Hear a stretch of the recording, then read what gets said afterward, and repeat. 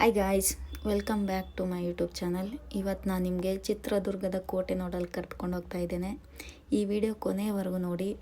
ಈ ಚಿತ್ರದುರ್ಗದ ಕೋಟೆಗೆ ಕಲ್ಲಿನ ಕೋಟೆ, ಉಕ್ಕಿನ ಕೋಟೆ ಮತ್ತು 7 ಸುತ್ತಿನ ಕೋಟೆ ಎಂದು ಕರೀತಾರೆ. ಈ ಕೋಟೆ ಇತಿಹಾಸದಲ್ಲಿ ಅತ್ಯಂತ ಪ್ರಸಿದ್ಧ ಘಟನೆ ಏನಂದರೆ ಒನಕೆ ಓಬವ್ವ. ಈ ಹೈದರ್ ಅಲಿ ಸೈನ್ಯ ಕೋಟೆ ಮೇಲೆ ದಾಳಿ ಮಾಡಿದಾಗ ಒನಕೆ ಓಬವ್ವ ಒಬ್ಬಳೇ ಒನಕೆಯ ಸಹಾಯದಿಂದ 106 ಸೈನಿಕರನ್ನು ಹತ್ತಿಕ್ಕಿರ್ತಾಳೆ. ಅದಕ್ಕೆ ಇದನ್ನು ಒನಕೆ ಓಬವ್ವ ಕೋಟೆ ಅಂತಲೇ ಕರೀತಾರೆ. ಈ ಕೋಟೆಯಲ್ಲಿ ಹಲವಾರು ಪುರಾತನ ದೇವಾಲಯಗಳು ಇವೆ. ಈ ಕೋಟೆ ಗುಡ್ಡ, ಕಲ್ಲು ಮತ್ತು ಕಣಿವೆಗಳ ನಡುವೆ ಇದ್ದು ಶತ್ರು ಸೇನೆ ದಾಳಿ ತಡೆಗಟ್ಟುವಂತಹ ಬಲಿಷ್ಠ ರಚನೆಯನ್ನು ಹೊಂದಿದೆ. ಇಲ್ಲಿ ಇತಿಹಾಸ, ವಾಸ್ತುಶಿಲ್ಪ, ಧೈರ್ಯ ಮತ್ತು ಪ್ರಕೃತಿಯ ಸೌಂದರ್ಯ ಸಮನ್ವಯನ ನೋಡಲು ಚಿತ್ರದುರ್ಗದ ಕೋಟೆ ಒಂದು ಅಪರೂಪವಾದ ಸ್ಥಳ. ಇಲ್ಲಿ ನಮಗೆ ಒಬ್ಬರು ಗೈಡ್ ಚೆನ್ನಾಗಿ ಎಕ್ಸ್ಪ್ಲೇನ್ ಮಾಡಿದ್ದಾರೆ. ನೀವು ಕೂಡ ನೋಡಿ ತಿಳ್ಕೊಬಹುದು.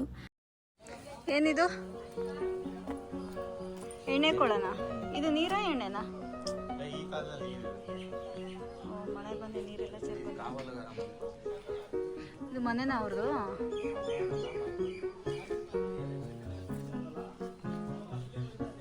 ಬಂಡೆಲೆ ಮನೆ.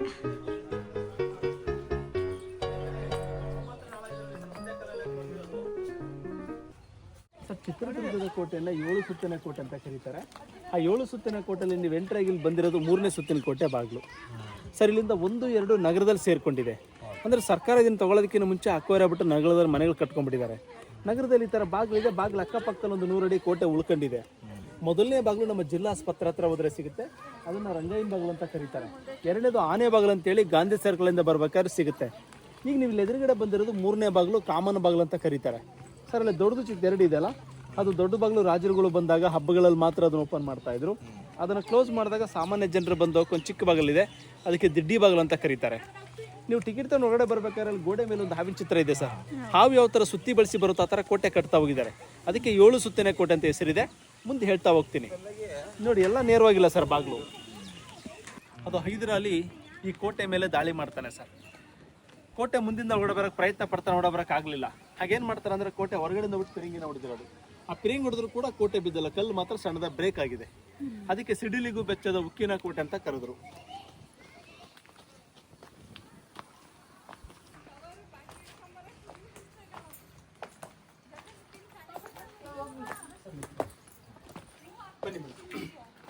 ಸರ್ ನೋಡಿ, ನಾವು 4ನೇ ಬಾಗಿಲಿಗೆ ಬಂದಿದ್ವಿ. ನೇರವಾಗಿ ಬರಲಿಲ್ಲ, ಸುತ್ತಿ ಬಳಸಿ ಬಂದ್ವಿ. ಯಾಕೆ ಈ ಥರ ಕಟ್ಕೊಂಡಿದ್ದಾರೆ ಅಂದರೆ, ಇಲ್ಲಿ ನೋಡಿ ಸರ್, ಮೇಲ್ಗಡೆ ಸರ್ ಹಿಂಜಸ್ಗಳು ಎಲ್ಲ ಕಡೆ ಡೋರ್ ಇತ್ತು. ಎಂಥ ಡೋರ್ ಅಂದರೆ ವುಡನ್ ಡೋರ್ಸು. ಆ ವುಡನ್ ಡೋರ್ ಎಲ್ಲ ಮಳೆಗಾಲ ಕಾಲ ಅಂತಾರೆಲ್ಲ ಹಾಳಾಗಿದೆ, ಯಾವುದು ಡೋರ್ ಉಳ್ಕೊಂಡಿಲ್ಲ. ರಾಜರ ಕಾಲದಲ್ಲಿ ಏನು ಮಾಡೋದು ಅಂದರೆ, ಯುದ್ಧಗಳ ಕಾಲ ಬಂತಂದರೆ ಮುಂಚಿತವಾಗಿ ಈ ಬಾಗಿಲನ್ನು ಮುಚ್ಚಿಬಿಡೋರು. ಅವ್ರು ಯಾಕೆ ಬಂದರು, ಆ ಕಿಂಡೆ ನದಿಯಾಗ ಏನಕ್ಕೋಸ್ಕರ ಅಲ್ಲಿ ಬಿಟ್ಟಿದ್ರು ಅಂತ ಅಲ್ಗೊಂದ ಮೇಲೆ ಹೇಳ್ತೀನಿ. ಇದು 4ನೇ ಸುತ್ತನೇ ಕೋಟೆ ಬಾಗಿಲು, ವೀರಭದ್ರನ ಬಾಗಿಲು ಅಂತಲೇ ಹೆಸರು ಸರ್. ಮತ್ತೆ ಈ ಕೋಟೆಯನ್ನು ಕಟ್ಟಿರೋಂಥ ಕಾಲಮಾನ ಹೋದರೆ 15 17 ಶತಮಾನದ ಕೋಟೆ. 1562ರಲ್ಲಿ ಪ್ರಾರಂಭ ಆಗುತ್ತೆ, 1779 ಅಂತ್ಯ ಆಗುತ್ತೆ. ಇಡೀ ಕೋಟೆನ ಕಟ್ಟೋದಕ್ಕೆ ತಗೊಂಡ ಸಮಯ 211 ವರ್ಷ ಸರ್. 211 ವರ್ಷಗಳ ಕಾಲ ಸುಮಾರು 14 ಜನ ರಾಜರು ಆಳ್ವಿಕೆ ಮಾಡಿಕೊಂಡು ಕೋಟೆ ಕಟ್ಕೊಂಡು ಸಾಮ್ರಾಜ್ಯ ಮಾಡ್ಕೊಂಡಿದ್ದಾರೆ. ಇದು ಮದಕರಿ ನಾಯಕನ ಕೋಟೆ ಅಂತ ಪ್ರಸಿದ್ಧಿ ಇದೆ. ಮದಕರಿ ನಾಯಕರನ್ನವರು ಸಾಮಂತ ರಾಜರು. ಯಾರಿಗೆ ಅಂದರೆ ವಿಜಯನಗರದ ಅರಸರಿಗೆ. ಸರ್, ವಿಜಯನಗರ ಸಾಮ್ರಾಜ್ಯ ಪತನವಾದ ಮೇಲೆ ಇವರೆಲ್ಲ ಇಂಡಿಪೆಂಡೆಂಟ್ ಆಗಿ ಹೊರಗಡೆ ಬಂದ್ಬಿಟ್ಟು ಆಳ್ವಿಕೆ ಮಾಡ್ಕೊಂಡು ಹೋಗ್ತಾರೆ. ಮತ್ತು ಇವರು ಕುಡಿ ಭಾಗದಲ್ಲಿ ನೇರುಗಾಳಿಕೆ ಮಾಡೋದಂತಾರಲ್ಲ, ಚಿತ್ರದುರ್ಗದಲ್ಲಿ ಮುರುಘಾ ಮಠ ಅಂತಿದೆ ಸರ್. ಈ ಬೆಟ್ಟದಲ್ಲಿ ಹಳೆ ಮಠ ಇದೆ, ಹೊಸ ಮಠ ಹೊರಭಾಗದಲ್ಲಿದೆ. ಮದಕರಿ ನಾಯಕರಿಗೆ ಅವರ ರಾಜಗುರುಗಳು, ಅವ್ರನ್ನ ರಾಜಗುರುಗಳಾಗಿ ಇಟ್ಕೊಂಡು ಅವರೊಂದು ಮಾರ್ಗದರ್ಶನ ಪಡ್ಕೊಂಡು ಇವರು ಆಳ್ವಿಕೆ ಮಾಡ್ತಾರೆ. ಹಾಗಾಗಿ ಇಂಡಿಯಾದಲ್ಲಿ ಇದು ಭಾಳ ದೊಡ್ಡ ಕೋಟೆ ಬರುತ್ತೆ. ಇಂಡಿಯಾದಲ್ಲಿ 2ನೇ ಸ್ಥಾನದಲ್ಲಿ ಕೋಟೆ ಇದೆ ವಿಸ್ತೀರ್ಣದಲ್ಲಿ. ಸೊ, ಮೊದಲನೇ ಸ್ಥಾನದಲ್ಲಿ ಇರ್ತಕ್ಕಂಥ ಕೋಟೆ ತಮಿಳುನಾಡು ಬರುತ್ತೆ. ತಮಿಳುನಾಡು ಬೊಂಬೆ ಮಂಟಪ ಅಂತ. ಬೊಂಬೆ ಅಂದರೆ ಈ ರಾಜರಿಗೆ ಪಟ್ಟದಾನಿಗಳು, ಪಟ್ಟದ ಕುದುರೆಗಳಂತ ಇರುತ್ತಲ್ಲ ಸರ್, ಅವೇನಾದರೂ ಯುದ್ಧಕ್ಕೆ ಹೋದಾಗ, ಕಾಯಿಲೆಗಳು ಬಂದು ಸತ್ತಾಗ ಅದರ ನೆನಪಿಗೋಸ್ಕರ, ಅದರ ಮೆಮೊರಿಗೋಸ್ಕರ ಈ ಥರ ಸ್ಟ್ಯಾಚು ಮಾಡೋದು. ಇದರಲ್ಲಿ ದಾಳಿ ಮಾಡ್ಕೊಂಡಾಗೆಲ್ಲ ಡ್ಯಾಮೇಜ್ ಮಾಡಿದೆ. ಅಲ್ಲಿ 2 ಆನೆಗಳಿತ್ತು, 2 ಕುದುರೆಗಳಿತ್ತು. ಅಲ್ಲಿ ನೋಡಿ ಸರ್, ಅಲ್ಲಿ ಮೇಲ್ಗಡೆ ರೌಂಡಾಗಿ ಕಟ್ಟಿದಾರಲ್ಲ ಸರ್ಕಲ್ ಥರ ಸರ್, ಅವೆಲ್ಲ ಸೈನಿಕರು ನಿಂತ್ಕೊಂಡು ವಾಚ್ ಮಾಡೋಂಥ ವಾಚ್ ಟವರ್ಗಳು. ಯಾರಾದರೂ ಶತ್ರು ಬರ್ತಾರಂತ ಗೊತ್ತಾದಾಗ ಅದ್ರ ಮೇಲೆ ನಿಂತಂಥ ವ್ಯಕ್ತಿ ಕಹಳೆ ಓದ್ಬಿಟ್ರೆ ಎಲ್ಲರೂ ಹಲಾಟ್ ಆಗ್ತಾಯಿದ್ರು. ಆ ಥರ ಬೆಟ್ಟದಲ್ಲಿ 19 ಕಡೆ ಆ ಥರ ವಾಚ್ ಟವರ್ಸ್ ಇತ್ತು ಸರ್. ಇನ್ನು ಮುಂದೆ ನೋಡ್ತಾ ಹೋಗೋಣ ಸರ್. ಇದೆ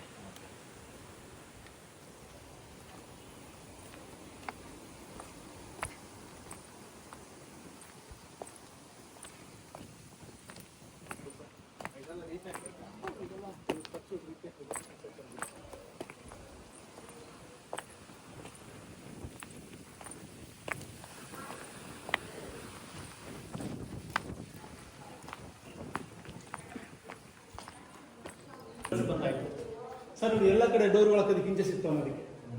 ಬಾಗಿಲನ್ನ ಓಪನ್ ಮಾಡಿಬಿಟ್ರೆ ಡೋರ್ ಬಂದ್ಬಿಟ್ಟು ಲಾಕ್ ಆಗ್ತಾ ಇತ್ತು. ಕರೆಕ್ಟಾಗಿ ಡೋರ್ ಬಂದು ಕೂರ್ತಾ ಇತ್ತು. ಡೋರ್ ಕರೆಕ್ಟಾಗಿ ಜಾಗ ಲಾಕ್ ಹೋಗ್ತಾ ಇತ್ತು. ಎಲ್ಲ ಬಾಗಿಲು ಇದೇ ತರ ಕಟ್ಟಿದ್ರು. ಈ ಬಾಗಿಲಿಗೆ ಗಂಟೆ ಬಾಗಿಲು ಅಥವಾ ಸೇನಾಧೀಶ ಬಾಗಿಲು ಅಂತ ಕರೀತಾರೆ. ಸರ್ ರಾಜನ ಬರೋತ್ತ ಸೂಚನೆ ಇದ್ದಾಗ ಒಬ್ಬ ಸೈನಿಕ ಅಥವಾ ಸೇನಾಧೀಶ ಬಂದ್ಬಿಟ್ಟು ಒಂದು ಗಂಟೆ ಹೊಡೆದ ತಕ್ಷಣ ಆ ಗಂಟೆ ಸತ್ತು ಕೇಳಿದ ತಕ್ಷಣ ಎಲ್ಲರೂ ಅಲರ್ಟ್ ಆಗ್ತಾ ಇದ್ರು. ಅದಕ್ಕೆ ಇದನ್ನ ಸೇನಾಧೀಶನ ಬಾಗಿಲು ಅಂತ ಕರೀತಾ ಇದ್ರು. ನೋಡಿ ಸರ್, ಪ್ರತಿಯೊಂದು ಗೋಡೆ ವಾಲ್ ಇದೇ ತರದಲ್ಲಿ ಎಲ್ಲ ಗೋಡೆ ಹೈಟ್ ಇಷ್ಟೇ ಇಟ್ಟಿತ್ತು. 40ರಿಂದ 42 ಹೈಟ್ ಇತ್ತು ಸರ್. ಯಾಕೆಂದ್ರೆ ಆ ಮೇಲ್ಗಡೆ ಬಾಕ್ಸ್ ತರ ಗ್ಯಾಪ್ ಇದೆಯಲ್ಲ, ಅಲ್ಲೆಲ್ಲ ಪಿರಂಗಿ ಇಡೋದಕ್ಕೆ, ಪಿರಂಗಿ ಅಂದ್ರೆ ಕ್ಲೋಬ್, ಆ ಸಣ್ಣ ಸಣ್ಣ ಹೋಲ್ ಇದೆಯಲ್ಲ, ಅದು ಹಿಂದಿಗಳಿಂದ ಕೂತ್ಕೊಂಡು ನೋಡ್ತಾ ಇದ್ವಿ. ಈಗ ನಾವು ನಿಂತಿಲ್ವಾ, ನಮ್ಮನ್ನ ಎದುರುಗಡೆ ಕೂತ್ಕೊಂಡು ಸೈನಿಕ ನೋಡ್ತಾರೆ, ಅದ್ರ ಸೈನಿಕ ನಮಗೆ ಕಾಣ್ತಾ ಇರೋದು. ಒಂದು ವೇಳೆ ಯಾರಾದ್ರೂ ಶೂಟ್ ಮಾಡಿದ್ರೆ ಆ ಕಲ್ಲಿಗೆ ಮಾತ್ರ ಬೀಳೋದು. ಅದ್ರ ಒಳಗಡೆ ಕೂತ್ಕೊಂಡು ನೋಡೋಂಥ ವ್ಯಕ್ತಿ ಯಾವ್ದಾದ್ರು ಶೂಟ್ ಆಗಿದ್ದಾರೆ ಸರ್. ಪ್ರತಿಯೊಂದು ಕೋಟೆ ಇಷ್ಟ ಇದ್ದಲ್ಲಿ ಎಲ್ಲ ಗೋಡೆ ವಾಲ್ ಇದ್ದು, ಇದಕ್ಕೆಲ್ಲ ಪಿರಂಗಿ ಕೋಟೆ ಅಂತ ಕರೀತಾರೆ. ಇಲ್ಲಿ ನೋಡಿ ಸರ್, ರೈಟ್ ಇಲ್ಲಿ ಕಡೆ ಹೈಟ್ ಕಟ್ಟಿದೆ. ಯಾಕೆಂದ್ರೆ ಸುಮಾರು 8 ಕೋಟೆ ಬಿದ್ದೋಗಿವೆ. ಆ ಬಿದ್ದಿರೋಂಥ ಕಲ್ಲು ತಗೊಂಡು ಮನೆಗಳು ಕಟ್ಕೊಂಡು ಊರು ಕಟ್ಕೊಂಡು ಹಾಕ್ಬಾರಾಯ್ತು. ಈಗ ಇರೋದನ್ನ ರಕ್ಷಣೆ ಮಾಡ್ತಿದ್ದಾರೆ. ಪ್ರತಿಯೊಂದು ಕೋಟೆ ರೇಖಾಚಿತ್ರ ಅಂತ ಒಂದು ಜಿಂಕಿ ಚಿತ್ರ ಕಾಣುತ್ತೆ ನೋಡಿ ಸರ್. ನೀವೆಲ್ಲ ಆದಿಮಾನವ ಅಂತ ಕೇಳಿದ್ರೆ, ಆದಿಮಾನವ ಅಂದ್ರೆ ಅವರು ಕಾಡುಗಳಲ್ಲೇ, ಬೆಟ್ಟದಲ್ಲಿ, ಗುಡ್ಡದಲ್ಲಿ ವಾಸ ಮಾಡೋಂಥ ಜನ. ಅವರ ಆಹಾರಕ್ಕೋಸ್ಕರ ಪ್ರಾಣಿಗಳನ್ನ ಬೇಟೆ ಮಾಡೋರು. ಯಾವುದೇ ಒಂದು ಪ್ರಾಣಿಗಳನ್ನ ಬೇಟೆ ಮಾಡಿದಾಗ ಪ್ರಾಣಿ ಚಿತ್ರ ಈ ಥರ ಕಲ್ಲಿ ಮೇಲೆ ಬಿಡಿಸ್ತಾ ಇದ್ರು ಅಂತ. ಸೊ ಇಲ್ಲೇನಂದ್ರೆ ಸುಮಾರು ಒಂದು 2000 ವರ್ಷಗಳ ಹಿಂದೆ ಈ ಪ್ರದೇಶದಲ್ಲಿ ಆದಿಮಾನವ ಇದ್ದಂತ ಸೂಚನೆ ಮಾಡುತ್ತೆ ಸರ್.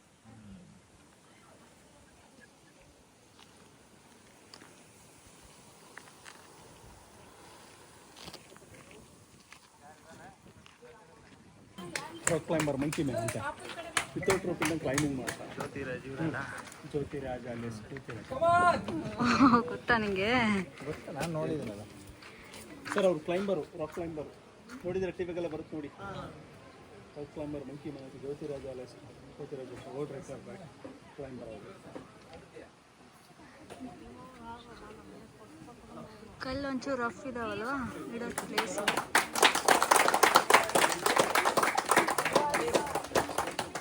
ಇಳಿತಾರ ಹಾಗೆ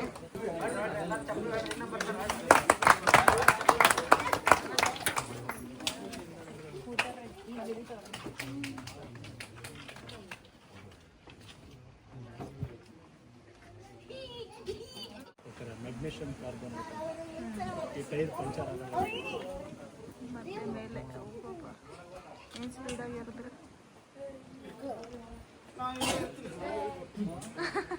ಅಲ್ಲೇ ಇರ್ತಾರಂತೆ. ಹೊಡೀರಿ ಚಪ್ಪಾಳೆ.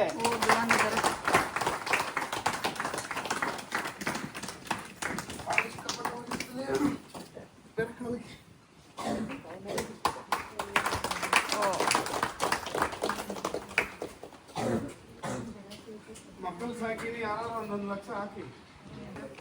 ಮತ್ತೆ ಪಂಚೆ ಅಂತೀವಲ್ಲ, ಪಂಚೆ ಹಿಡ್ಕೊಂಡು ಕೋಟೆ ತುಂಬ ಓಡಾಟ ಮಾಡಕ್ಕೆ ಎಣ್ಣೆ ಕೊಳ ಅಂತ ತೋರಿಸೋದಕ್ಕೆ ಎಣ್ಣೆ ತುಂಬಿಡ್ತಾ ಇದ್ರು ಅಂತ ನೋಡಿ. ಇದು 6ನೇ ಬಾಗ್ಲು, ತುಂಬಾ ಸುಂದರವಾಗಿರ್ತಕ್ಕಂಥ ಬಾಗ್ಲು ಸರ್. ಅಲ್ಲಿ ನೋಡಿ ಮೇಲ್ಗಡೆ ನೋಡಿ ಆರ್ಚ್ ಯಾವ ತರ ಇದೆ, ಮೊಘಲ್ ಶೈಲಿ ತರ ಕಂಡ್ರೆ ಬಾಗಿಲು ಆ ಕಡೆ ಈ ಕಡೆ ಕುಂಭ ಕಳಶ ಇದೆ. ಇದನ್ನ ಕಟ್ಸಿರೋಂಥ ರಾಜ ಕಸ್ತೂರಂಗಪ್ಪ ನಾಯಕ ಎಂಬ ರಾಜ ಕಟ್ಸ್ಕೊಟ್ಟಿದ್ದು. ಇಲ್ಲೂ ಕೂಡ 2 ಬಾಗಿಲು ಕಾಣ್ತಾ ಇದೆ, ದೊಡ್ಡದಿದೆ, ಚಿಕ್ಕ ಬಾಗಿಲಿದೆ. ದೊಡ್ಡದು ರಾಜರುಗಳು ಬಂದಾಗ ಹಬ್ಬಗಳಲ್ಲಿ ಮಾತ್ರ ಅದನ್ನ ಓಪನ್ ಮಾಡ್ಕೊಂಡ್ರೆ, ಪಕ್ಕದಲ್ಲಿ ಸಾಮಾನ್ಯ ಜನರು ಬರೋದಕ್ಕೆ ಚಿಕ್ಕ ಬಾಗಿಲು ಓಡಾಟ ಮಾಡ್ತಾ ಇದ್ರು. 1779ರಲ್ಲಿ ಹೈದರಾಲಿ ಇದನ್ನು ವಶಪಡಿಸ್ಕೊಳ್ತಾನೆ. ವಶಪಡಿಸ್ಕೊಂಡು ಕೆಲವು ಬಾರ್ಡರ್ ಚೇಂಜ್ ಮಾಡಿದ್ರು ಅಂತ ಹೇಳ್ತಾರೆ. ಆದರೆ ನಿರ್ಮಾಣ ಆಗಿರೋ ರಾಜರು ಕಸ್ತೂರಂಗಪ್ಪ ನಾಯಕ ರಾಜನ ಕಾಲದಲ್ಲಿ ಕಟ್ಸಿರೋಂಥದ್ದು ನೋಡಿ. ಇವೆಲ್ಲ ಹಳೆ ಮೆಟ್ಲುಗಳು, ಮೊದಲ ಹೊಸ ಮೆಟ್ಲುಗಳೆಲ್ಲ ಹಳೆ ಮೆಟ್ಲು ನೋಡಿ ಸರ್. ಹಿಂಗೆ ಆ ಕಡೆ ಸ್ಟಾರ್ಟಿಂಗ್ ಅಲ್ಲಿ ಇಟ್ಟಿದ್ರಂತ ಯೋಚನೆ ಮಾಡಿ ಮತ್ತೆ ಹಾಕಿದ್ದಾರೆ. ಇದೆಲ್ಲ ಹಳೇದು. ಆನೆಯನ್ನ ಕಾಳಗ ಮಾಡೋ ಚಿತ್ರ ಇದೆ, ಮೇಲ್ಗಡೆ ವಯಸ್ಸುಗಳ ಲಾಂಛನ ಇದೆ, ಇಲ್ಲಿ ಕುದುರೆ ಸವಾರಿ ಮಾಡೋ ಚಿತ್ರ ಇದೆ, ಇಲ್ಲಿ ಕುಂಭಕಳಶ, ಕಾಳಿಂಗ ಮರ್ದನ, ಗಣಪತಿ, ಆಂಜನೇಯ, ಇವೆಲ್ಲ ಸ್ವಲ್ಪ ಕೆತ್ತನೆಗಳನ್ನ ಮಾಡಿದ್ದಾರೆ. ಇವನ್ನೆಲ್ಲ ಹುಬ್ಬು ಶಿಲ್ಪಗಳು ಅಂತ ಕರೀತಾರೆ. ಅಂದ್ರೆ ಆಗಿನ ಕಾಲದಲ್ಲೂ ಕೂಡ ಚಿತ್ರಕಲೆಗೆ ಪ್ರಾಧಾನ್ಯ ಇತ್ತು ಅಂತ ಸೂಚನೆ ಮಾಡ್ತಾ ಇದ್ದು. 6ನೇ ಬಾಗಿಲು ಕಸ್ತೂರಂಗಪ್ಪ ನಾಯಕನ ಬಾಗಿಲು ಅಂತ ಕರೀತಾ ಇದ್ರು. ಕಸ್ತೂರಂಗಪ್ಪನ ಬಾಗಿಲು ಚೆನ್ನಾಗಿದೆ ಅಲ್ಲ ವ್ಯೂ.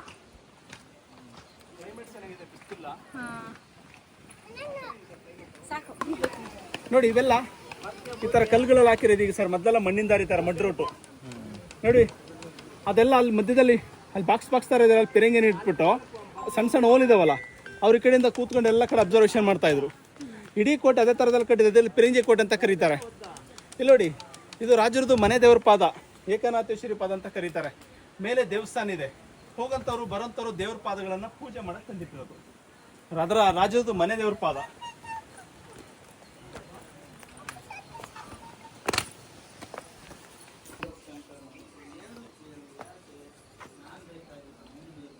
ನೋಡಿ ಈ ಕಲ್ಲು ನೋಡಿ ಸರ್, ಕಲ್ಲು ನೋಡಿ ಎಷ್ಟುದ್ದ ಎಷ್ಟು ಅಗಲ ಐತಲ್ಲ. ಆ ಪಕ್ಕದಾಗಿರೋ ದೊಡ್ಡ ಬಂಡೆನ ಹೊಡೆದಿರೋದು ಕಾಣುತ್ತಾ? ಬಂಡೆ ಹುಳಿ ಸಿಜಲ್. ಆ ಪಕ್ಕದಾಗಿರೋ ಬಂಡೆನ ಹೊಡೆದು ಈ ಕಟ್ಟಡ ಕಟ್ಟಿದ್ರು. ಇದು ಮುಂದೆ ಬಾಗ್ಲಿದೆ ಗರಡಿ ಮನೆ. ಗರಡಿ ಅಂದ್ರೆ ವ್ಯಾಯಾಮ ಶಾಲೆ. ಬನ್ನಿ. ವ್ಯಾಯಾಮ ಶಾಲೆ, ಗಡಿ ಮನೆ.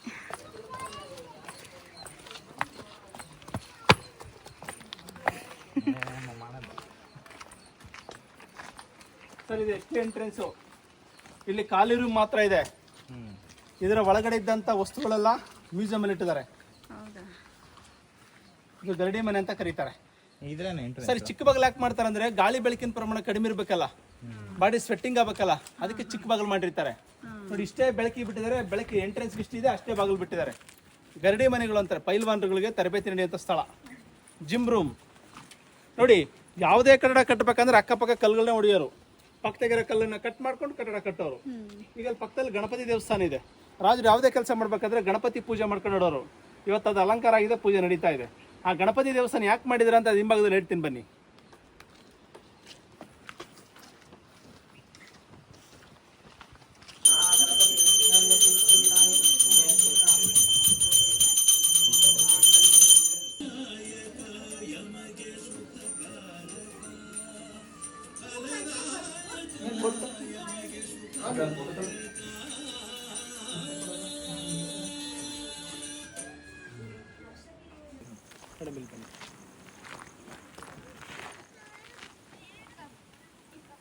ಬನ್ನಿ ಸರ್, ಇದು ಆನೆ ಥರ ಇದೆ. ಇನ್ನೊಮ್ಮೆ ಬನ್ನಿ, ಹಿಂದಕ್ಕೆ ಬನ್ನಿ.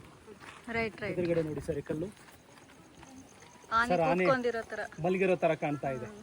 ನೀವು ಮುಂದೆ ಗಣಪತಿ ದೇವಸ್ಥಾನ ನೋಡಿದ್ರಲ್ಲ, ಆ ಗಣಪತಿ ದೇವಸ್ಥಾನವನ್ನ ಇದೇ ಕಲ್ಲಿನ ಒಳಗಡೆ ಕೆತ್ತನೆ ಮಾಡ್ಕೊಂಡಿದ್ದು. ಇದಕ್ಕೆ ಆನೆ ಬಂಡೆ ಗಣೇಶ ಅಂತ ಕರೀತಾರೆ. ಆ ಗಣಪತಿ ದೇವಸ್ಥಾನ ಇದೇ ಬಂಡೆ ಒಳಗೆ ನಿರ್ಮಾಣ ಆಗಿದೆ. ಹುಟ್ಟು ಬಂಡಿ ಯಾರು ಮಾಡಿದ್ರದಲ್ಲ. ಅಲ್ಲಿ ನೋಡಿ ಮೇಲ್ಗಡೆ ಒಂದು ಕಲ್ಲು ಹಡಗಿನ ತರ ಕಾಣುತ್ತೆ, ಟಾಪ್ ಅಲ್ಲಿ ಮೇಲ್ ತುದಿಯಲ್ಲಿ ಸರ್. ಇಲ್ಲಿ ನೋಡಿ, ಇಲ್ಲಿ ಎದುರುಗಡೆ ಒಂದು ಕಲ್ಲು ನೋಡಿ, ಚೂಪಿಗೆ ಒಂದು ಶಾರ್ಕ್ ಪಿನ್ ತರ ಕಾಣುತ್ತೆ, ನೀರಲ್ಲಿ ಇರುತ್ತಲ್ಲ ಶಾರ್ಕ್ ತರ ಅಲ್ವಾ? ಕಾಣುತ್ತಮ್ಮ? ಕಾಣುತ್ತಲ್ವಾ? ಶಾರ್ಕ್ ಪಿನ್ ಅಂತ ಚೂಪಿಗೆ. ಈ ಕಡೆ ಬನ್ನಿ ಸರ್, ಇಲ್ಲಿ ಬನ್ನಿ, ಈ ಕಡೆ ಬನ್ನಿ, ಬನ್ನಿ. ಈ ಕಲ್ಲು ನೋಡಿ, ಮೊಸಳೆ ಮಲಗಿರೋ ತರ ಸರ್. ನೋಡಿ, ಬೆಟ್ಟದ ಮೇಲೆ ಯಾವುದೇ ಒಂದು ಕಲ್ಲ ನೋಡಿದ್ರು ಕೂಡ ಇಮ್ಯಾಜಿನೇಷನ್ ಮಾಡ್ಬೋದು. ಈ ರಾಜರ ಕಾಲದಲ್ಲಿ ಬಂಡೆಗಳಲ್ಲೇ ಒಂದೊಂದು ಕಲ್ಲುಗಳು ಒಂದೊಂದು ಆಕೃತಿ ಇರೋದ್ರಿಂದನೇ ಈ ಊರಿಗೆ ಚಿತ್ರಕಲ್ದುರ್ಗ ಅಂತ ಹೆಸರಿಟ್ರು. ಅದಕ್ಕಿಂತ ಮುಂಚೆ ಬೇರೆ ಬೇರೆ ಹೆಸರಿದೆ ಊರಿಗೆ. ಚಿತ್ತೂರ್ಗ, ಚಿತ್ತಲದುರ್ಗ, ಇಡಂಬಿದುರ್ಗ, ಹೊನದುರ್ಗ, ಮೇಲ್ದುರ್ಗ ಅಂತ. ಆದರೆ ನಾವು ಮಾತಾಡೋಂಥ ಭಾಷೆಗಳು ಶಾರ್ಟ್ಕಟ್ ಆಕಾರೆ ಶುರು ಆದಮೇಲೆ ಚಿತ್ರಕಲ್ದುರ್ಗ ಬಿಟ್ಟು ಚಿತ್ರದುರ್ಗ. ಚಿತ್ರ ಅಂದರೆ ಪಿಕ್ಚರು, ದುರ್ಗ ಅಂದರೆ ಕೋಟೆ. ಈ ಊರಿಗೆ ಹೆಸರು ಬರೋದಕ್ಕಿದೆ ರೀಸನ್ಸ್. ಚಿತ್ರ ಅಂದರೆ ಪಿಕ್ಚರ್. ಕಟ್ಟಡ ಹೆಂಗಿದೆ ನೋಡ್ರಿ. ಈಗ ಸರ್ಕಾರ ತಗೊಂಡ್ಮೇಲೆ ರೀಕನ್ಸ್ಟ್ರಕ್ಷನ್ ಆಗಿರೋ ಕಟ್ಟಡ ಹೆಂಗಿದೆ. ಹಳೆ ಕಟ್ಟಡ 650 ವರ್ಷ ಹಿಂದ್ಗಡೆ ಕಟ್ಟಿರ್ತಕ್ಕಂಥ ಕಟ್ಟಡಕ್ಕೆ ಈಗಿನ ಕಟ್ಟಡಕ್ಕೆ ವ್ಯತ್ಯಾಸ ನೋಡ್ರಿ. ಇದು ಏನೋ ಈಗ ಮಾಡಕ್ಕಾಗಿಲ್ಲ ಇವರಿಗೆ ನೀಟಾಗಿ. ಅಲ್ಲಿ ನೋಡಿ ಎಷ್ಟು ನೀಟಾಗಿ ಮಾಡಿದ್ದಾರೆ. ಅವರು ಹಚ್ಚಿ ಬೆಲ್ಲದ ಹಚ್ಚಿ ಒಟ್ಟಿದಂಗೆ ಕೊಟ್ಟಿದ್ದಾರೆ ಮೇಡಮ್. ಅಷ್ಟು ನೀಟಾಗಿ ಜೋಡಣೆ ಮಾಡಿ ಫಿನಿಶಿಂಗ್ ಕೊಟ್ಟವ್ರೆ. ಈ 7ನೇ ಬಾಗಿಲಿಗೆ ಏಕನಾಥೇಶ್ವರಿ ಬಾಗಿಲು ಅಂತ. ಯಾವುದೇ ಒಬ್ಬ ವ್ಯಕ್ತಿ ಒಳಗಡೆ ಬರ್ಬೇಕಂದ್ರೆ ಆ ಬಾಗಿಲನ್ನು ದಾಟ್ಕೊಂಡು ಬರ್ಬೇಕು. ಇದಕ್ಕೆ ಏಕನಾಥೇಶ್ವರಿ ಬಾಗಿಲು ಅಂತ. ಈಗ ನಾವು ಕೋಟೆಗೆ ಅರ್ಥಕ್ಕೆ ಬಂದಿರೋದು ಅಂತ ನೋಡಿ. ಇವೆಲ್ಲ ಧಾನ್ಯಗಳೆಲ್ಲ ಸಂಗ್ರಹಣೆ ಮಾಡಂತ ಕಣಜಗಳು, ಫುಡ್ ಸ್ಟೋರೇಜ್ಗಳು.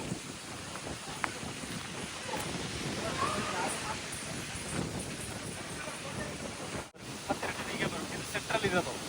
ಈ ಮಧ್ಯಭಾಗದಲ್ಲಿ ಭಕ್ತರ ನಾಯಕರದ್ದು ಮನೆ ದೇವರ ದೇವಸ್ಥಾನ ಇದೆ, ರಾಜರದು ಸರ್. ಏಕನಾಥೇಶ್ವರಿ ದೇವಸ್ಥಾನ ಮಂಗಳವಾರ ಶುಕ್ರವಾರ ಪೂಜೆ ಆಗುತ್ತೆ. ಮತ್ತು ವರ್ಷಕ್ಕೊಂದ್ಸರಿ ದೇವಿ ಜಾತ್ರೆ ಅಂತ ಮಾಡ್ತಾರೆ. ಆ ದೇವರ ಜಾತ್ರೆ ಸಂದರ್ಭದಲ್ಲಿ ವಿಶೇಷವಾಗಿ ಇದನ್ನು ಹತ್ಕೊಂಡೋಗಿ ದೀಪಾಚರಣೆ ಬಳಸ್ತಾ ಇದ್ರು.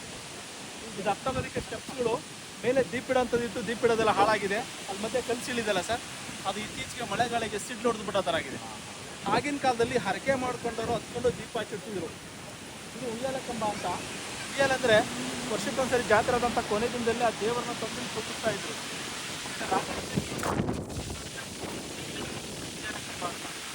ಅದು ದೇವಸ್ಥಾನ ದೇವಸ್ಥಾನ ಅಂತ, ತುಂಬ ಹಳೆ ಕಾಲದ ದೇವಸ್ಥಾನ ಸರ್. ಇಡಬೇಶ್ವರಿ ದೇವಸ್ಥಾನ ಇದ್ದಾರೆ. ಶಿವರಾತ್ರಿ ದಿನಗಳು ವಿಶೇಷ ಒಂದು ಪೂಜೆನ ಮಾಡ್ತಾರೆ. ಆ ಬಾಗಿಲು ಹಿಡಂಬೇಶ್ವರನ ಬಾಗಿಲು ಅಂತ ಕರೀತಾರೆ. ಅಲ್ಲಿ ನೋಡಿ, ಅಲ್ಲಿ ಮೇಲ್ಗಡೆ ಅಡಿಗಿನ ಥರ ಕಲ್ತು ತೋರಿಸ್ತಿಲ್ಲ, ಅದ್ರ ಕೆಳಗಡೆ ಈ ಕಡೆ ಇದೆಲ್ಲ ಆ ಜಾಗದಲ್ಲಿ ಆಂಜನೇಯ ಅಲ್ಲಿ ಧ್ವಜ ಅದಕ್ಕೆ ಚಂಡಾಬದ್ಧರ ಅಂತ ಕರೀತಾರೆ. ಓಕಳೆ ಅಂದ್ರೆ ಬಣ್ಣ. ವರ್ಷಕ್ಕೊಂದ್ಸರಿ ಜಾತ್ರೆ ಆದಂಥ ಕೊನೆ ದಿನದಲ್ಲಿ ಎಲ್ಲರಲ್ಲಿ ಬಣ್ಣ ಹಾಕೊಂಡು ಹೋಲಿ ಆಚರಣೆ ಮಾಡುವಂಥ ಓಕಳಿ ಬಣ್ಣ. ಈ ಕ್ಯಾಂಟೀನ್ ಇತ್ತು, ಈಗ ಕ್ಯಾಂಟೀನ್ ಮಾಡಿದ್ದಾರೆ. ಮೊದಲು ಮೇಲ್ಗಡೆ ದೇವಸ್ಥಾನದ ಅರ್ಚಕರಲ್ಲಿ ವಾಸ ಮಾಡೋದಕ್ಕೆ ಮನೆಗಳಾಗಿತ್ತು. ಬನ್ನಿ.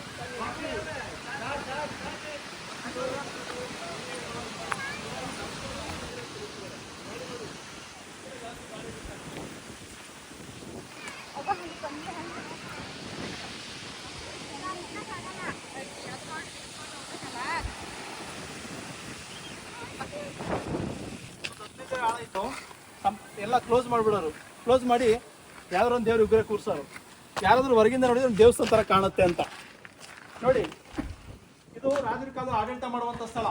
ಇಲ್ಲಿ ನೋಡಿ, ಈ ಕಲ್ಲಿನ ಕಟ್ಟಡ ಇದೆಯಲ್ಲ, ಇಲ್ಲಿ ರಾಜರು ಮೀಟಿಂಗ್ ಮಾಡೋದಕ್ಕೆ ಇರತಕ್ಕಂಥ ರೂಮ್ ಇದು.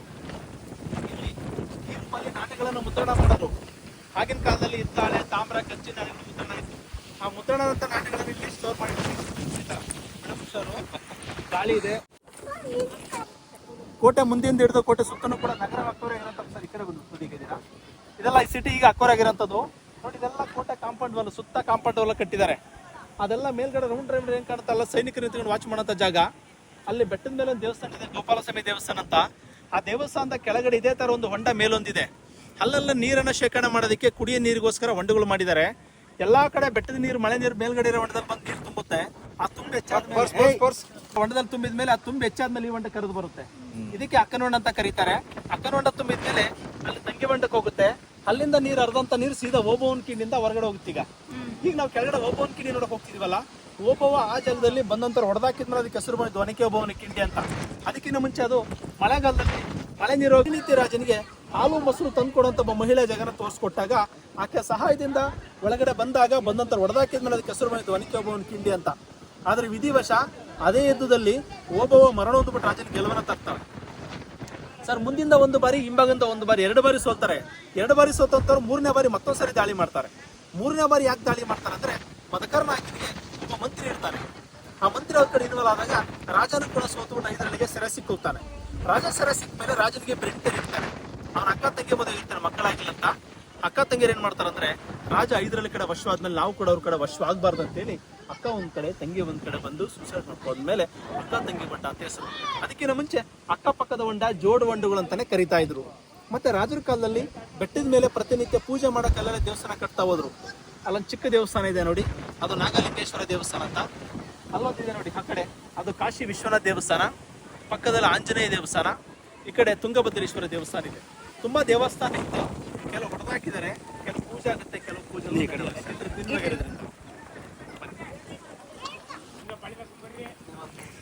ಮಳೆ ಸ್ಟಾರ್ಟ್ ಆಯಿತು. ಸ್ಟೆಪ್ಸ್ ಎತ್ತರ ಇದ್ದಾವೆ. ಇಲ್ಲಿ ಬಿದ್ದು ಬಿಡ್ತೀನೇನೋ ಅಂತ ಅನ್ಸುತ್ತೆ. ತಂಗಿ ಹೊಂಡ, ಅದು ಅಕ್ಕನ ಹೊಂಡ, ತಂಗಿ ಹೊಂಡ ಜಾರ್ತದೆ. ಇದು ಓಬವ್ವನ ಸಮಾಧಿ. ಯಾವಾಗಲೂ ತಣ್ಣಗಿರೋದ್ರಿಂದ ತಣ್ಣಗಿರೋದಣ ಅಂತ ಹೆಸರು. ಅಲ್ಲಿ ಗಂಡನಿಗೆ ಊಟ ಕೊಡ್ತಾರೆ. ಅವರು ಊಟ ಕೊಟ್ಬಿಟ್ಟು ಈ ಭಾಗ ನೀರಿಗೆ ಬರ್ತಾರೆ. ಈ ನೀರು ತುಂಬ್ಕೊಂಡು ಅಲ್ಲಿ ಹೋಗ್ಬೇಕಾದ್ರೆ ಶತ್ರು ಬರೋದನ್ನ ನೋಡ್ತಾರೆ. ಬನ್ನಿ ತೋರಿಸ್ತೀನಿ. ಇಲ್ಲಿಂದ ನೀರು ಅಲ್ಲಿ ನೋಡಿಗೆ ಫ್ರೆಶ್ ಚೆನ್ನಾಗಿದಾವಲ್ಲ, ಅಲ್ಲಿ ನೀರು. ಇಲ್ಲಿ ಗಲೀಜಾಗಿದೆ, ಅಲ್ಲಿ ನೋಡಿ ಎಷ್ಟು ಚೆನ್ನಾಗಿರೋ ಫ್ರೆಶ್ ಆಗಿರೋ ನೀರು.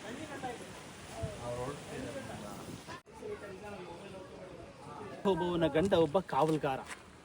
ಒನಕೆ ಓಬವ್ವನ ಗಂಡನ ಹೆಸರು ಮದ್ದ ಹನುಮಯ್ಯ ಅಥವಾ ಮದ್ದ ಹನುಮಪ್ಪ ಅಂತ ಕರೀತಾ ಇದ್ರು. ಅವನೊಬ್ಬ ಸಾಮಾನ್ಯವಾಗಿ ಹಳೆ ಓದುವಂಥ ಒಬ್ಬ ಕಾವಲ್ಗಾರನಾಗಿ ಆ ಜಾಗದಲ್ಲಿ ಕೆಲಸ ಮಾಡ್ತಿರ್ತಾರೆ. ಮೇಲ್ ಕಾಣ್ತಾ ಇದೆಯಲ್ಲ ರೌಟಾಗಿ, ಅಲ್ಲಿ ಕೆಲಸ ಮಾಡೋಂಥ ವ್ಯಕ್ತಿ ಏನು ಮಾಡ್ತಾರೆ ಅಂದರೆ, ಊಟಕ್ಕೆ ಬರ್ತಾರೆ. ಮಧ್ಯಾಹ್ನದ ಊಟ ಟೈಮಲ್ಲಿ ಊಟಕ್ಕಂತ ಸೀದಾ ಈ ಬಂಡೆ ಅಡಿಯಲ್ಲಿ ಮನೆ. ಅವಾಗೆಲ್ಲ ಕಲ್ಲಿನ ಅಡಿಯಲ್ಲೇ ಬಂಡೆ ಕೆಳಗಡೆನೇ ವಾಸ. ಅಲ್ಲಿ ಗಂಡನೇ ಬಂದ ತಕ್ಷಣಕ್ಕೆ ಊಟಕ್ಕೆ ಕೊಡ್ತಾರೆ. ಊಟಕ್ಕೆ ಕೊಟ್ಟಾಗ ನೀರು ಖಾಲಿಯಾಗಿರುತ್ತೆ. ಆ ನೀರು ತರೋಣ ಅಂತೇಳಿ ಆ ಜಾಗ ನೋಡಿದ್ರಲ್ಲ ನೀರು ಬರ್ಬೇಕಾದ್ರೆ ಕೆಳಗಡೆ ಕಿಂಡಿದೆ, ನಿಮಗೆ ಕಿಂಡಿ ತೋರಿಸ್ತೀನಿ. ಆ ಕಿಂಡಿಯಿಂದ ಒಬ್ಬ ವ್ಯಕ್ತಿ ಬರೋದು ಕಾಣುತ್ತೆ. ಯಾಕೆ ಕಾಣುತ್ತಂದ್ರೆ, ಇಲ್ಲಿರೋಂಥ ವ್ಯಕ್ತಿ ಬಿಟ್ಟರೆ ಬೇರೆ ಯಾರಿಗೂ ಜಾಗ ಗೊತ್ತಿಲ್ಲ, ಏನೋ ಹೊರಗಿನ ವ್ಯಕ್ತಿ ಬಂದಂಗೆ ಕಾಣುತ್ತೆ ಅಂತೇಳಿ ಅನುಮಾನ ಬಂದ ತಕ್ಷಣ ಹತ್ರ ಹೋಗ್ತಾಳೆ, ಗಂಡ ಊಟ ಮಾಡ್ತಾರೆ. ಆಗಿನ ಕಾಲದಲ್ಲಿ ಊಟ ಮಾಡ್ಬೇಕಾದ್ರೆ ಮಲಗಿರ್ಬೇಕಾದ್ರೆ ಗಂಡನಿಗೆ ಡಿಸ್ಟರ್ಬ್ ಮಾಡಬಾರ್ದು, ಗಂಡನಿಗಿಂತ ವಿಷಯಗಳನ್ನ ಹೇಳ್ಬಾರ್ದು ಅಂತ ಹೇಳಕ್ಕೆ ಯಾರು ಹೇಳಲ್ಲ. ಮನೆ ಹತ್ರ ಹೋಗ್ತಾಳೆ, ಅಲ್ಲಿ ಮನೆ ಮೂಲಲ್ಲಿ ಒಂದು ಒನಕೆ ಇರುತ್ತೆ. ಒನಕೆ ಅಂತ ನೋಡಿದಿರಲ್ಲ, ಆ ಒನಕೆನ ತಗೊಳ್ತಾರೆ, ತಗೊಂಡು ಸೀದಾ ಕಿಂಡಿ ಹತ್ರ ಹೊರಡ್ತಾರೆ. ಸರ್ ಮನೆಯಿಂದ ಅಲ್ಲಿಗೆ ಹೋಗೋದ್ರೊಳಗೆ ಆಕೇನು ಮೊದಲು ನೋಡಿರೋಂಥ ಮೊದಲನೇ ವ್ಯಕ್ತಿ ಇರ್ತಾನಲ್ಲ, ಆ ಮೊದಲನೇ ವ್ಯಕ್ತಿ ಏನು ಮಾಡ್ತಾನೆ ಅಂದರೆ ಒಳಗಡೆ ಬಂದ್ಬಿಟ್ಟು ಮೇಲೆ ಪಾಸ್ ಆಗಿರ್ತಾನೆ. ಆದರೆ ಹೋಗೋನಿಗೆ ಗೊತ್ತಾಗಿರಲ್ಲ. ಒನಕೆ ತಗೊಂಡು ಹೋಗ್ತಾರೆ, ಹೋಗ್ಬಿಟ್ಟು ಅಲ್ಲಿಂದ ಬಂದ ಎಲ್ಲರೂ ನೋಡ್ತಾರೆ. ಎಲ್ಲರೂ ಅಂದರೆ ಸುಮಾರು ಒಂದು 30-40 ಜನ ಅಂತ ಹೇಳ್ತಾರೆ. ಅಷ್ಟು ಜನರನ್ನ ಹೊಡೆದ್ಬಿಟ್ಟು ಆಕೆ ವಾಪಸ್ ಬರಬೇಕಾದ್ರೆ ಮೇಲ್ಗಡೆ ಹೋಗಿರೋಂಥ ಮೊದಲನೇ ವ್ಯಕ್ತಿ ಇರ್ತಾರಲ್ಲ, ಅವನಿಗೆ ಅನುಮಾನ ಬರುತ್ತೆ. ಯಾಕೆ ನನ್ನಿಂದ ಯಾರು ಬರಲಿಲ್ವಲ್ಲ ಅಂತೇಳಿ ವಾಪಸ್ ಬಂದ್ಬಿಟ್ಟು ನೋಡಿದಾಗ ಅವ್ರ ಕಡೆಲ್ಲ ಸತ್ತಿರೋ ನೋಡೋಕೆ ನಿಂತಿದ್ದ ಬಗ್ಗೆ ಆಕೆನ ಚುಚ್ಚಿಬಿಟ್ಟು ಸಾಯಿಸಿದ್ಮೇಲೆ ಅದಕ್ಕೆ ಹೆಸರು ಬಂತು ಒನಕೆ ಓಬವ್ವನ ಕಿಂಡಿ ಅಂತ. ಇದು ಆಂಜನೇಯ ದೇವಸ್ಥಾನ. ಓಬವ್ವ ಮತ್ತು ಓಬವ್ವನ ಗಂಡ ಪ್ರತಿನಿತ್ಯ ಮನೆಯವರಾಗಿ ಪೂಜೆ ಮಾಡ್ತಾ ಇದ್ರು. ಇಲ್ಲೊಂದು ಬಾಗಿಲಿದೆ, ಹನುಮನ ಬಾಗಿಲು ಅಂತೇಳಿ. ರಾಜರು ಹೊರಗೆ ಹೋಗ್ಬೇಕಾದ್ರೆ, ಸೀಕ್ರೆಟ್ ಹೋಗ್ಬೇಕಾದ್ರೆ ಇಲ್ಲಿಂದ ಹೋಗುವಂಥ ಮಾರ್ಗ ಇದೆ. ಈಗ ಎಲ್ಲ ಕಡೆಯಿಂದ ಹೋಗುವಂಥ ಜಾಗನ ಬಂದ್ ಮಾಡಿಬಿಟ್ಟು ಒಂದೇ ಕಡೆಯಿಂದ ಒಂದೇ ಕಡೆ ಬರೋಂಥ ವ್ಯವಸ್ಥೆ ಮಾಡಿದ್ದಾರೆ. ಅದಕ್ಕೆ ಇಲ್ಲಿ ನೋಡೋಣ.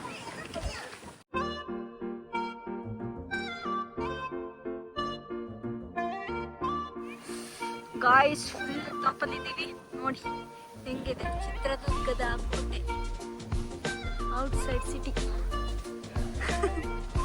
ನನ್ನ ಏನು ನೋಡ್ತಿದೀಯಾ? ಇದು ಯಾವ ದೇವಸ್ಥಾನ? ಹಿಡಂಬೇಶ್ವರ.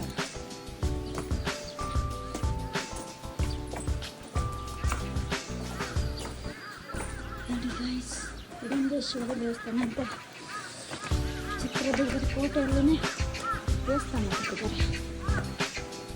ಕಲ್ಲಿನಲ್ಲಿ ಕೋಟೆ, ಕೋಟೆಯಲ್ಲೇ ಕಲ್ಲಿನ ದೇವಸ್ಥಾನ. ಎಷ್ಟು ಸ್ಲೋಪ್ ಇದೆ ಗೊತ್ತಾ?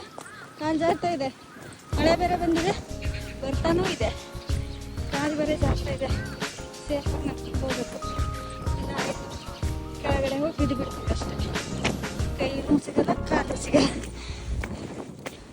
ದ್ವಾರಪಾಲಕರು ಇರೋ ಸ್ಥಾನ ಅನಿಸುತ್ತೆ.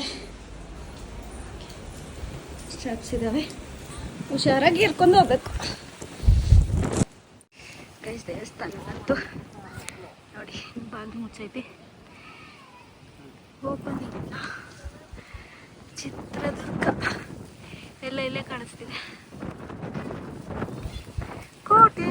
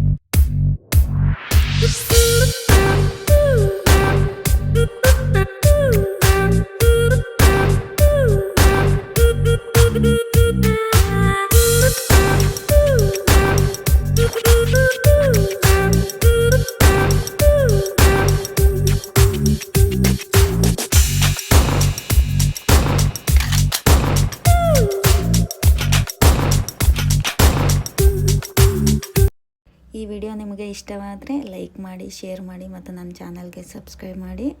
ಸೊ ಮುಂದಿನ ವಿಡಿಯೋದೊಂದಿಗೆ ಮತ್ತೆ ಸಿಗುತ್ತೇನೆ. ಟೇಕ್ ಕೇರ್, ಬಾಯ್ ಬಾಯ್.